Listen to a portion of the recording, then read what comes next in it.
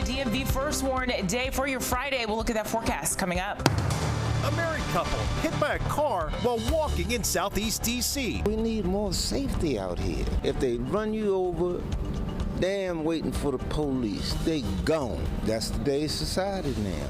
We're live at the scene as police search for the driver. I don't hear any no votes. The ayes have it unanimously. D.C. Council approving a new budget. So now we have to figure out where things are going to be cut and who will be harmed. The struggles ahead for some educators, even after a pay equity fund was restored. It's essential that we have more fundings for these sort of programs. Free mental health services in Northern Virginia.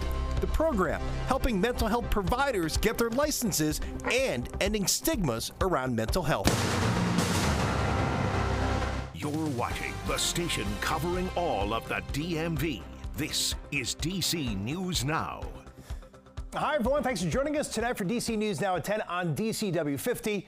I'm Chris Flanagan. All right, we start tonight at 10, a live look from outside our rooftop camera here in the Georgetown section of D.C. towards downtown D.C. Not much happening right now. It is a little warm out there. And Chief Meteorologist Janessa Webb, it's going to get a lot warmer tomorrow. Yeah, we have some people excited, some people a little concerned. Right. Tomorrow, it's a gradual warm up, and so we'll quickly warm up on Friday with heat and humidity back in the middle 90s. Let's check out what's going on right now. It's beautiful across the region, and dew points, they're starting to rise, and so it'll be really noticeable by tomorrow morning as dew points continue to be into the middle 60s, and so that's all the moisture that's going to kind of filter into the region, allowing for dense fog to develop across all of the DMV tonight. Winds, they are now coming out of the south and west, and they will transition more to the southerly flow tomorrow afternoon. 75, really with dew points now 62. That's uncomfortable out there. So as you're driving home or even sitting at your house at this point, let's close up that window. It is a no-go at this time as that will continue to build. Temperature 75 for DC metro area, upper 60s for Fairfax County, and then the farther west you go, we continue to be into the upper 50s. And so this will continue to allow temperatures to be very mild across the region. Overnight lows, they're going to drop just a few degrees tonight, and by your early morning commute, already at 71 degrees. I have more on this forecast, Chris, coming up. Okay, Janessa, thanks. We'll see you then. Now to the district. At least 5 arrests at tonight's congressional baseball game at Nats Park. This video just in from our Randy Bass, who is at that game. You can see here officers taking people away in handcuffs on the field. We're told there were 2 separate groups protesting, a group of pro-Palestine protesters and a group of climate activists. Now the game, it's an annual face-off between Republican and Democratic congressional lawmakers. It usually draws protesters trying to call attention to a cause.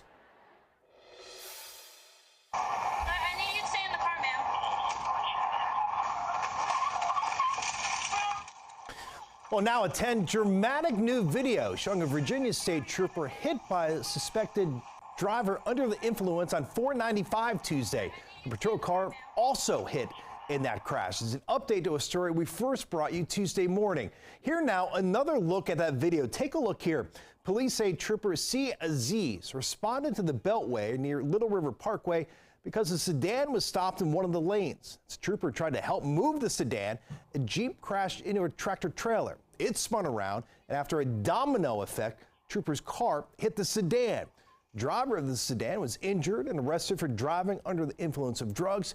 Driver of the Jeep also arrested for driving under the influence of alcohol. And this now a picture of the Virginia State Cruiser that was hit. Virginia State Police say the trooper did not end up with any broken bones, but does have a long road to recovery. That is fortunate. It could have been much worse there. Meanwhile, developing right now, search is underway for a driver connected to a deadly hit and run in Southeast D.C. Left a man dead and his wife injured. This is the car police are now looking for. It's a white, late model Ford Taurus with damage to the front bumper. Police say the couple was walking near Naylor and Alabama Avenue Southeast. That's where we find DC News Now's Mariel Carbone. And Mariel, really just a horrible scene out there today. Yeah, Chris, really a gruesome hit and run. Police say that driver hit the couple down this way on Alabama and then fled the scene, dragging the man for about a quarter of a mile to our estimate. The message tonight to that driver is to turn yourself in. A busy intersection with cars moving quickly. It's out of control. They will tear you up. So Bernard Taylor isn't surprised to hear a driver hit two people here and took off. I'm really not. I watch this myself. Like, I know I might have the green light to go. Somebody gonna be flying. According to police, the hit and run happened around noon near Alabama Avenue and Naylor Road Southeast.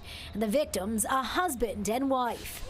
The woman has non-life-threatening injuries, but the man was killed. Police say the driver cut through the Safeway parking lot, dragging the man's body with them. Police later recovered his body behind the shopping center on Denver Street. If they run you over, damn waiting for the police. They gone. Surveillance cameras caught these photos of the vehicle. A white Ford Taurus with front end bumper and windshield damage. To the driver, we want you to turn yourself in. We want to talk to you. Man or woman, turn yourself in. Stanley Butler, who lives in the area, says the whole thing is concerning. It could happen to anybody. My grandson goes to the barber shop right across where the accident happened. He rides his bike. He's also encouraging the driver to take responsibility. You reap what you sow. It may not come today, but tomorrow it will come back home. And police are asking any homeowners or business owners in the area, if you have security cameras, to check them, see if you were able to catch any of this on camera. And of course, if you recognize that vehicle, you're asked to contact police. Reporting live in Southeast tonight, I'm Marielle Carbone, DC News Now. And that is really just so heartbreaking. Marielle, thanks. Well, developing now at 10, DC's 2025 fiscal year budget passed unanimously in council this afternoon, and it's welcome news for several groups, especially supporters of early childhood education, because that budget restored tens of millions of dollars to the Pay Equity Fund. DC News Now anchor Tosin Fikile joining us here in studio tonight. And Tosin, you talked to one grassroots organization that really focuses on early learning. They're obviously happy about it, but they feel more needs to be done. That's right, Chris. They're grateful, but they say there should be more money if possible. And leadership with the group Spaces in Action says $87 million was spent to operate the Pay Equity Fund program last year. So they're grateful DC Council restored the Pay Equity Fund to $70 million, but they say the program is still short in funding, and that could mean cuts. The unanimous council vote on the budget restored several items that were on the chopping block in the mayor's budget. The Pay Equity Fund was one of those things that could have been zeroed out under the mayor's budget. Leaders with Spaces in Action say the Pay Equity Fund not only gives pay supplements to early childhood educators, it also provides them with health care. And they say even with the restored $70 million, there's still a shortfall for how much is needed to run the program. Likelihood that there'll be some cuts in different areas because there's a shortfall of $17 million. I believe that the reason why we got this $70 million instead of it still being zeroed out is because of the efforts of the families, the educators, the providers of centers and family homes who said, no, you cannot take this away.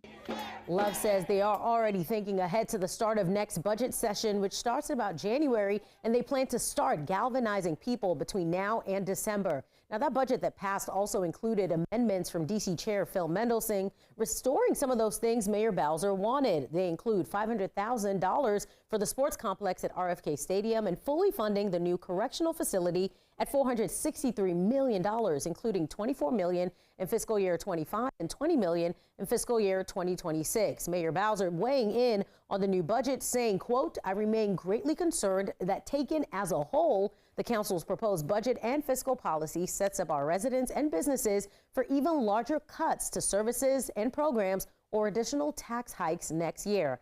And speaking of tax hikes, the budget increases property taxes on properties worth over $2.5 million. That budget now heads to Bowser's desk. Chris.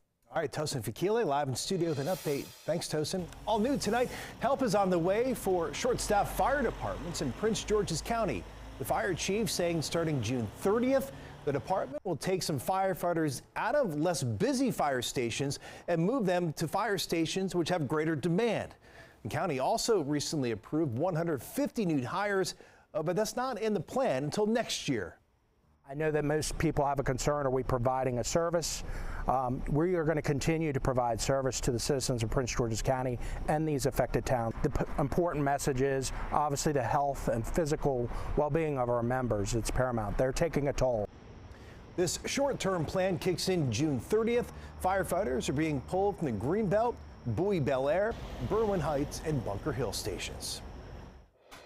All new tonight at 10, more Virginians without health insurance could soon find it easier to receive free mental health help. And it comes at a time when experts say they're searching for it. Our Max Marcilla joining us live tonight outside our Northern Virginia Bureau in Chantilly. And Max, this new partnership has been in the works for a while now, but it's finally expanding. Chris, that's right. The pilot program is officially over, and this potentially game-changing mental health program is expanding. It's one of those programs that people say is sort of a I'll help you and you'll help me. Basically, how it works is the program finds, at this point, we know it's a little more than 100 people working toward becoming a licensed mental health worker. They could be training to be social workers or counselors, but all they need is some supervised hours before they get that license. And what they do is this program pairs them with a supervisor and pairs them with a patient. Sadia Ali Aden is hard at work at the Adams Compassionate Healthcare Network in Chantilly, where she's the executive director. Hours earlier, for the first time, she referred a patient to the Virginia Telemental Health Initiative. You can provide all the services, as I said before, whether it's primary care or any other support, but without taking care of the mental health of these patients, they're not going to lead a holistic life. This is where many uninsured Northern Virginians get their primary care, and now a newly expanded program can help them heal their minds, too. If that patient still has the mental health condition that has not been addressed, they're not able to maintain a job, they cannot keep a job, or they cannot take care of themselves. The nonprofit gets money from the state to hire supervisors for the soon-to-be licensed mental health providers to work under. What we're doing is expediting their time to licensure by providing the supervision, and in exchange, they are providing free services to people who are in need, who are uninsured. Those patients come from referrals from one of more than 20 free clinics across the Commonwealth, including several in our region. That number only expected to grow, too, as they work to break barriers and end stigma. Many of the people, they don't want to go to the institutions where people know them because they're afraid people are going to be talking about them. And our patients are very comfortable and they feel that they're receiving the support that they deserve. Now, one of the things that the program says it learned through the pilot portion was just how successful this program can be as far as wait time. They say it's taken about 11 days for an uninsured Virginian to go to their clinic, get that referral, and then get their first appointment for telemental health. They say that's a big improvement compared to what many other people face when they try to get mental health services. It sometimes can take upwards of a few months.